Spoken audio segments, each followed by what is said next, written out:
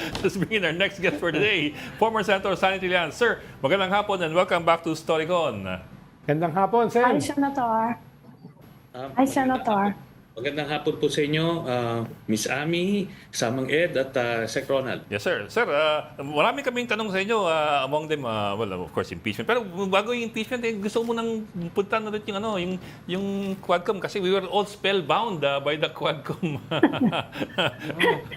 Batuhan ng mikropono. Anong inside story doon? Baka may konting inside story kung paano maliban doon sa what we saw on TV already, kasi it was broadcast naman live. Kasi a lot of words were not captured by the microphones. Hindi, na-capture yung sasampalin daw para pumirma. Ipirma daw ng waiver pag sasampalin daw. Sabi naman ni Senator, di sige, sampalin mo na ako, pumirma ka lang. No? Including the microphone that was almost used on you. That were not captured. Pero baka you can give us a bit, before we move on to other things, baka you can give us some inside stories as to what was developing there up to the moment na munti ka kayo magano. Ang nangyari po kasi, alam nyo naman, pagka na-decode nyo na si Duterte, malalaman mo na yung mga estilo niya eh. Yung pag nagbabluff siya, i-call mo kaagad. So immediately, kinol yung bluff na, sige, i-prepare na yung waiver. Tapos, pag nako-corner yan siya, gumagawa yan ng eksena para malihis yung atensyon. O di sinabi niya, sampalin ko to.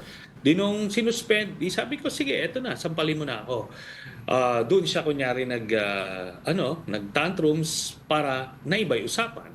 Kaya binabalik namin at every opportunity na kung pwede niyang pirmahan yung waiver. Yun po. Pero nagpapalusot siya. Joint account daw, kaya kailangan pang konsultehin yung asawa. Sabi ni Senator, hindi naman joint account mo tsaka yung misis mo, yung joint account mo with Sarah. Yes. At marami pa rin siya. Senator, natatandaan ko nung 2016, you raised the same issue eh. Ang sabi ng kampo nila noon, talaga daw napakalaki ng pondo na pumapasok sa kanila at lumalabas. At sabi nila, at a certain point, talagang napakalaki na makikita mo dyan sa bangko, pero may debit daw yan and credit, ganun ganon. Tinatanong nila, ano bang specific date, ganon. Ano ba yung, hindi ko lang matandaan kung ano yung sinagot nyo noon, doon sa argumento nilang yon. At alam niyo po, kung explainable naman pala talaga, ipirmahan nilang yung waiver. Kung wala talagang illegal dyan, di ipirmahan nila. Pero yung sinasabi po nilang may debit, doon po sa nakita namin na listahan, puro credit po yung pumasok. Total nga ng more than 2 billion pesos yung pumasok. Ngayon kung ano yung total, actually makikita lang natin po yan pagka binuksan na yung statement of account. At kung debit kasi dapat magre-reflect din doon, may debit kung gaano kalaki.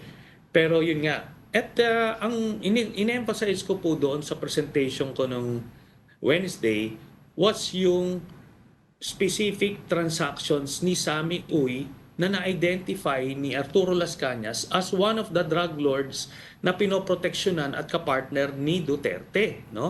At doon nga natin makikita manager's checks na under the name nila Duterte, Sara, Pulong, Baste at Hanilet, doon po, in-encash nila. Kaya po na-flag yun. Ang total po nito, 40 to 50 million pesos every 6 months. Nagdidividendo po si Sammy Uy sa kanila. Kaya yun po yung present natin. Sir, I also note with interest yung nangyari ng 2017 with the Deputy Overall Ombudsman Arthur Carandang. I looked it up kasi again and yung lumabas napagbantaan siya ng Pangulo, kinasuhan ng Malacanang, dinismiss ng Malacanang in 2018 July. So now he's neither here nor there. Pero going back to that, ang sabi ni, if I remember right, ang sabi ni Carandang noon, was AMLAC records that they acquired show at least $1 billion in movement doon sa sa bank accounts. I'm wondering lang kung do you have any communication with Karandang then and now, and are you talking about the same documents or you have a different set of documents and different set of sources? Yung pong documents ko po, inattach ko po dun sa aking plunder case na final against Duterte. Kasi sinasabi niya kung meron kayo ebidensya, i-file nyo. Final po yon. Tapos yun po, ang naging basis nung investigasyon ni Overall Deputy Karandang. Ombudsman Karandang. At since meron po silang MOA with AMLAC, pwede silang makakuha ng information for intelligence purposes, for investigation purposes. So nakuha nila. At similar nga dun sa dokumento na nakuha natin. So ano siya, authentic. Ngayon, nung nalaman po yan ni Duterte, pirinesure po niya si Karandang, hinaras at eventually tinanggal sa pwesto. Kaya dito mo makikita yung pattern ni Duterte is the same. Magbobola siya, magbabluff siya, pero pagka na-corner na, magwawala na, at ganito nga ang gagawin. No? Tinanggal niya. Tapos ang ginawa nung AMLAC, nung nakuha na nila yung, nung umuusad na investigation, nag-stonewall yung AMLAC, ayaw na magbigay ng investigation report kasi tao na ni Duterte yung nilagay doon sa AMLAC. Kaya sabi ko nga, itong mga ito, lalabas po ito kung aabot tayo sa impeachment case kasi exemption po ang sa bank secrecy laws ang impeachment trials. Kaya lalabas din po yan. Kaya kumpiyansa ako dyan na whether mag-waiver siya o hindi, lalabas po yan. Magandang segue na yan, Ed, dun sa topic naman ng impeachment. No? Okay, sige. Kaya, ano ba ang update dyan, Senator, sa impeachment? Dahil parang 1.5 months na lang yung session day ng Congress at Senate. May panahon pa ba? At parang wala atang gumagalaw. Ito po, no? Sabi ko nga ho, kung wala na tayong nararamdaman na parang wala na silang plano mag-file, tayo po mismo yung magpa-file. Pero meron naman po tayong nararamdaman, kaya at sa aking palagay, meron pa naman pong oras. Kasi kung ang babasihan po natin, yung kay Corona impeachment, December 2012 or December 12 or 13, inakyat po yan sa Senado, pero natapos naman po namin yan bago mag-adjourn sinedye. So, there is time, theoretically, at pagka naman in-schedule ng impeachment court yan ng everyday trial, mabilis po matapos yan. Pero you will be taking it to the mga Duterte yan, ha? And you will be sending sa impeachment sigurado kung if it's VP Sara or any Duterte, medyo sure kami na babaka pa naman yan ng House Super majority yan. Pero pagpunta niya sa Senado, nakita niyo naman yung reception doon nung ni former President Duterte nung humarap siya. At yung reception even, although na-reject din yung plenary, yung budget ni VP Sara, no? Pero nakita niyo naman may sympathy doon for the Dutertes. Are you confident na despite all the evidence that you present, it's a political process May kumpiyansa ba kayo na mai-impeach niya kung sakaling madalin?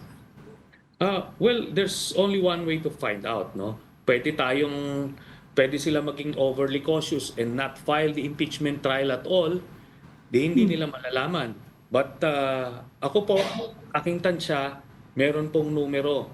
At kagaya rin po nung sa impeachment trial ni late Chief Justice Corona, nung una po, marami pong sympathetic dun sa kanya. At kaya lahat ng mga critical motions noon nananalo yung for acquittal. Pero kinalaunan, when the pressure of the administration came in, may mga iba't ibang motivations, persuasions, kinalaunan 20 po ang nakuha na boto for conviction. At ganyan din lang po yan. Ang mangyari dito, meron pong mga principled votes na tinatawag at meron transactional votes. So, yan na lang po yan. Which eventually, importante is makuha yung 16. And I believe may pasobra pa dyan. Parang si Ed, Natatawa si Ronald sa ano eh. nakikita ko si Ed, parang gustong tanungin kung sino yung transactional votes eh. Nakikita ko lang yung thought bubble na. Tinanong mo na eh. Sir, kaya niyo Pero masagutin yun. kung sakasakali, Senator, kung sakasakaling hindi masuportahan sa Senate, she will be insulated for 1 year, si VP Sara, or whoever yung may insulate yung Vice President, 1 year lang. Will you 1 year. refile sa susunod na Kongreso kung sakasakali? Well, ano po, no? At this, historically, ang optimal leverage nangyayari po before the midterms. Kung hindi, kung talagang sasabit, di kailangan pong pwedeng ulitin kung kailangan. Kasi talagang naman pong unfit to hold the office of the Vice President si Sara. Kumaga, you can be nice about it, you can be polite and courteous, but deep inside, karamihan po na nakasaksi nung kanyang mga meltdowns, tsaka yung demeanor, yung kanyang work track record, talagang unfit siya to hold public office. Aside pa dun sa talagang like father and son, like father and daughter, kumaga, ano rin ito, lumaki sa pangungurakot. Anong tingin nyo, Senator, doon sa biglang pag-landing, pag-parachute ni ni Vice President Sara doon sa Quadcom hearing ni Digong? No? Bahagi ba yan ng isang strategy? Hindi po, ramdam po namin na na talagang naiipit na si Duterte kasi the more that I explained, nagkakaroon ng platform yung narrative na noong ko pa nilalabas, kaso when they were in power, nasusuppress yung ganung narrative.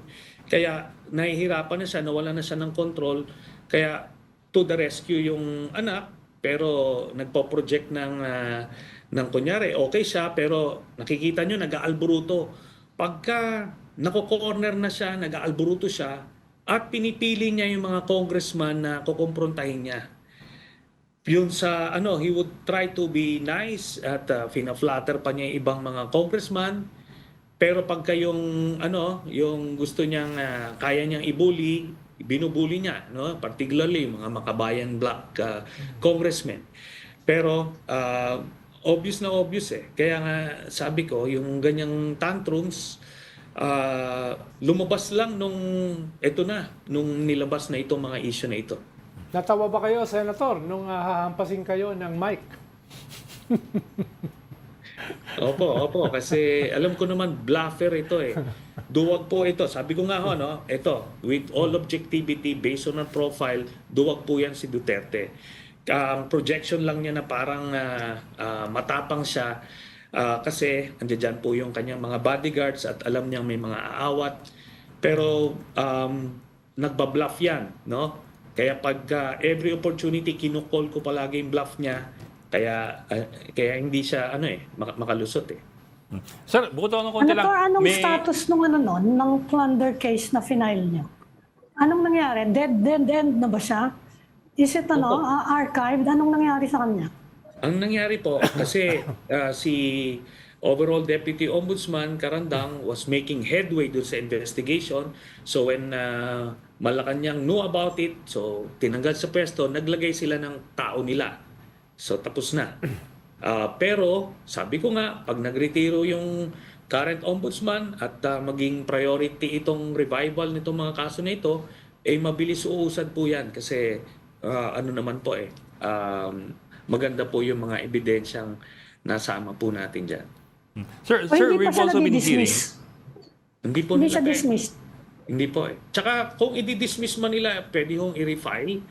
At ganun lang naman ho yan Kaya alam din nila yung futility of dismissing it. Sir, we've also been hearing reports na there are some officials or investigators of the ICC currently in Manila. I don't know if you've heard about this. Is this true from what you hear? Meron lang bubwit na bumulong sa amin dito.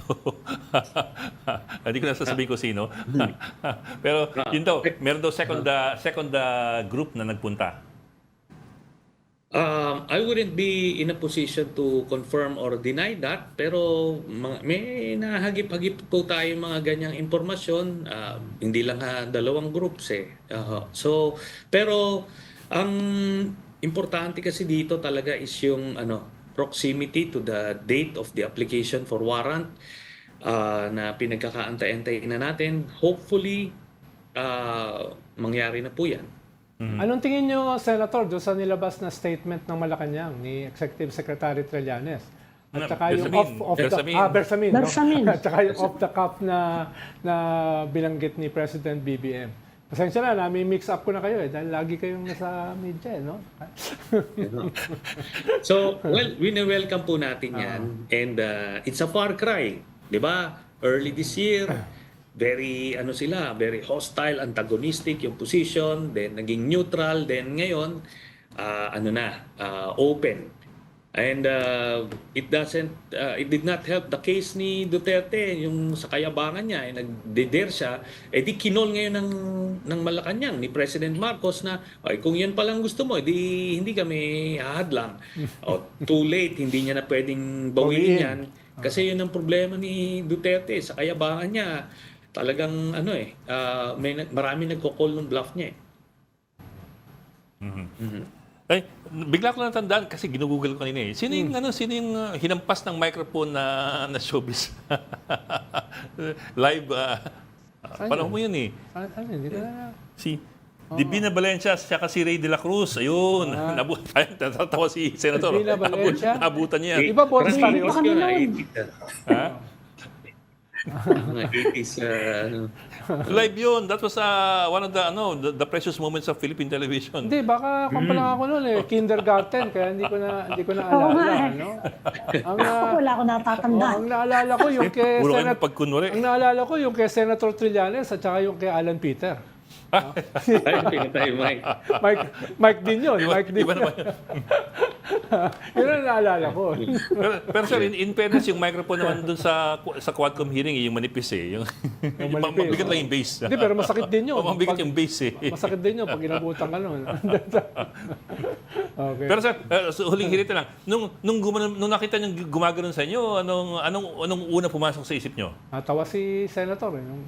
Yun nga, alam ko, it's a bluff. Nagpaawat muna bago siya gumalaman ng ganon.